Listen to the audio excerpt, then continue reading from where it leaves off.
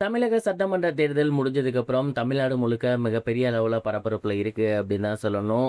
இந்த ஒரு நேரத்தில் தளபதி விஜய் அவர்கள் ஸ்டாலினை சந்தித்து பேச போகிறாரு அப்படிங்கிற மாதிரியான செய்திகள் தான் சமீபத்தில் வெளியாகி எல்லோருக்கும் மிகப்பெரிய ஒரு அதிர்ச்சியை ஏற்படுத்தியிருக்கு. என்ன நடக்க போகுது அப்படிங்கிறது தான் இந்த ஒரு வீடியோவில் நம்ம பார்க்க போகிறோம். தமிழகத்தில் இப்போ ஹங் அசம்பிளி போய்கிட்டு இருக்கிறது நம்ம எல்லாருக்குமே நல்லாவே தெரியும். தமிழகத்தோட மிகப்பெரிய 3 கட்சிகள் எதுவுமே தன்னோட பெரும்பான்மையை நிரூபிக்க முடியாமல் இருக்குது. இந்த ஒரு நேரத்தில் பெரும்பான்மை நிரூபிக்கக்கூடியது இதற்கு 2 வழிகள் தான் இருக்கு. ஒன்று, தளபதி விஜய் அவர்கள் ஏடிஎம்கே கூட கூட்டணி வைக்கணும்.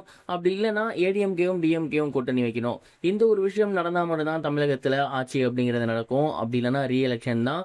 ஆனால் தளபதி விஜய் அவர்களுக்கு கவர்னர் பெரும்பான்மை நிரூபிக்க மே 10 வரைக்கும் டைம் கொடுத்துருக்காரு. ஆல்மோஸ்ட் டெட்லைனுக்கு வந்தாச்சு. இன்னும் ஒரு நாள் மட்டும்தான் இருக்கு.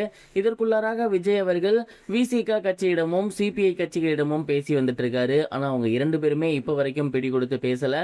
அதற்கு மிக முக்கிய காரணம் என்ன அப்படின்னா, அவங்க இப்போ கூட்டணியில் இருக்கக்கூடிய திமுக கட்சி அவங்க கூட்டணியிலே தொடர்ந்து இருக்க சொல்லி கேட்டிருக்கே தான். இந்த ஒரு காரணத்தினால தளபதி விஜய் அவர்கள் இப்போ நேரடியாகவே மு.க.ஸ்டாலின் அவர்களை சந்திச்சு பேச போறாங்க அப்படிங்கிற மாதிரியான தகவல் தான் வெளியாகி இருக்கு.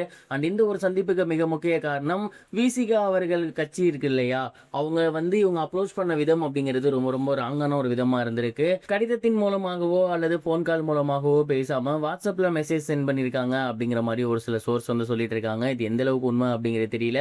ஒருவேளை இந்த மாதிரியான ரீசன்ஸ்னால தான் அவங்க தயங்கி இருக்காங்களா, அப்படி இல்லைன்னா அவங்க இப்ப இருக்க கட்சியில இவ்வளவு வருஷமா இருந்திருக்காங்க, அந்த ஒரு கூட்டணியை விட்டு எப்படி வெளியே வரதுன்னு யோசிச்சு இப்படி இருக்காங்களா அப்படிங்கிற கோணத்துல தளபதி விஜய் அவர்கள் இந்த ஒரு முடிவை எடுத்திருக்காராமா. நேரடியாகவே சென்று மு.க.ஸ்டாலின் அவர்கள்ட்ட இது குறித்து பேச போறாரு அப்படிங்கிற மாதிரி தெரிய வந்திருக்கு.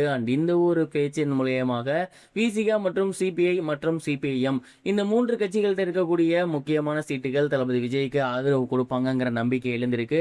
ஆனா இந்த ஒரு விஷயத்துக்கு மு.க.ஸ்டாலின் அவர்கள் உடன்படுவாரா அப்படிங்கிற மிகப்பெரிய ஒரு கேள்வி எழுந்திருக்கு.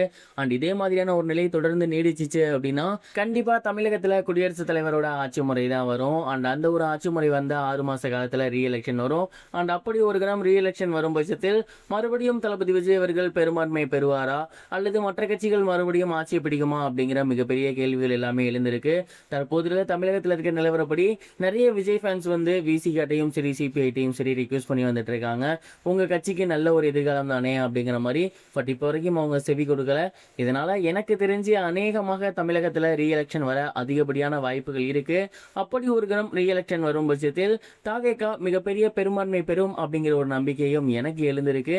நீங்க இந்த ஒரு விஷயத்தை பத்தி என்ன நினைக்கிறீங்க? தமிழகத்தில் ரீஎலெக்ஷன் வருமா? அப்படி ஒரு கணம் ரீஎலெக்ஷன் வரப்ப எந்த கட்சி மெஜாரிட்டி பெறும் நினைக்கிறீங்க? மறக்காம கமெண்ட் பாக்ஸ்ல இதை பத்தி ஷேர் பண்ணுங்க. இது வரைக்கும் கனெக்டிங் டிவிக்கு சப்ஸ்கிரைப் பண்ணனா மறக்காம சப்ஸ்கிரைப் பண்ணிக்கங்க. உடனடி அப்டேட்ஸ் பெறுவதற்கு நோட்டிஃபிகேஷன் பெல்லையும் கிளிக் பண்ணிக்கங்க.